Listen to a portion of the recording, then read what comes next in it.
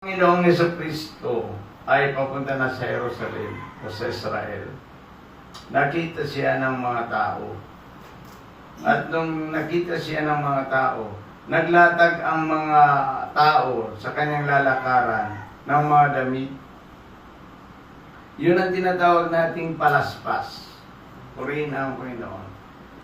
Bago magkaroon ng mahal na araw, tinatawag nating pagkamatay ng ating Panginoon sa krus, naglatag ang mga tao ng kanilang mga damit, kanilang mga lahat ng kanilang mga dala at sinasabi nila, kataas-taasan at papuri sa Diyos. Dakilang Diyos na kataas-taasan at papuri ng ating Panginoon. Ito po yung sinisigaw ng maraming mga tao. At pinagsabihan sila ng mga parisiyong kasama nila ng karamihang mga tao. Sinabi niya doon sa Panginoon, Panginoon, sawayin mo itong mga alagad mo na sumisigaw at yung kanyang mga kasama. Sabi ng Panginoon, kung titigil sila sa pagsigaw at pagpupuri sa Diyos, ang mga bato naman ang sisigaw upang magpuri sa atin. Di pa natin alam na kung tayo ay tinatamad na magpuri sa Diyos, ang mga gamit natin iyan ang nagpupuri sa Diyos. Gusto mo ba na palitan ka ng bato o palitan ka ng pitchel, palitan ka ng tumbler, na yun ang magpupuri sa Diyos dahil hindi ka nagpupuri sa Panginoon. Ang anak ng Diyos ay nagpupuri at nagpapasalamat. Tandaan niyo, every morning, we have go to praising the Lord. Magpunta kayo upang sambahin ang Panginoon. Either nasa bahay ka, you have prayed to God. You have consistent to Bible reading. Bakit? Kailangan natin ito sa ating buhay.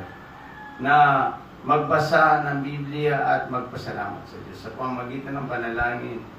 Thank you sa Lord. Sabi niya dito, kung ang mga batong yan ang magpupuri sa Diyos, kahit ang tao'y hindi na magpuri sa Panginoon.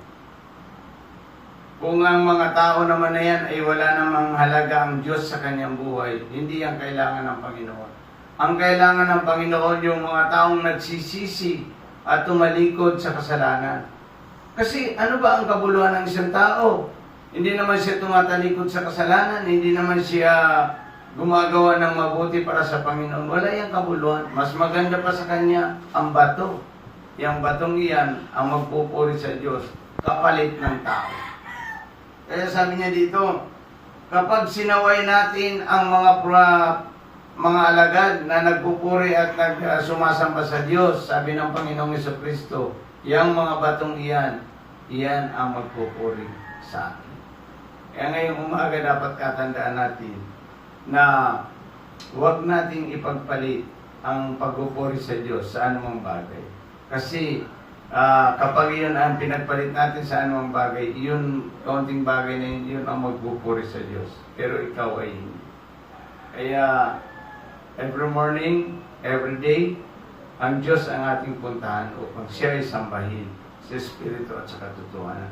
Dito, nagpalaspas ang mga tao, nagpupuri at sinasabi niya, papuri sa Diyos sa kataas-taasan, ito na ang hari ng mga hari, dahil nakita nilang nagpagaling ang Panginoon.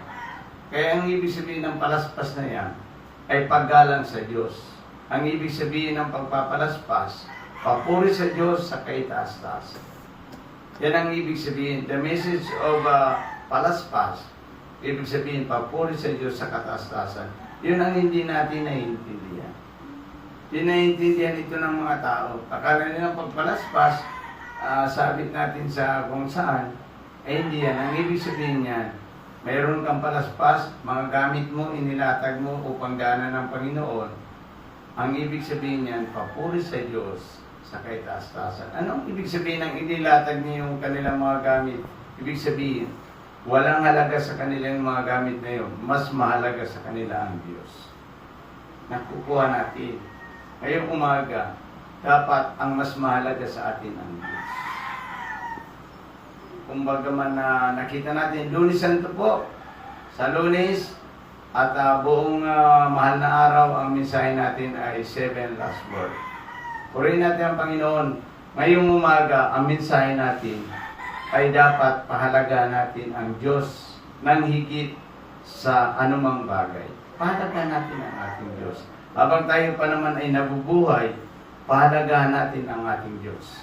Bago ang lahat ng mga trabaho, unahin natin ang Panginoon.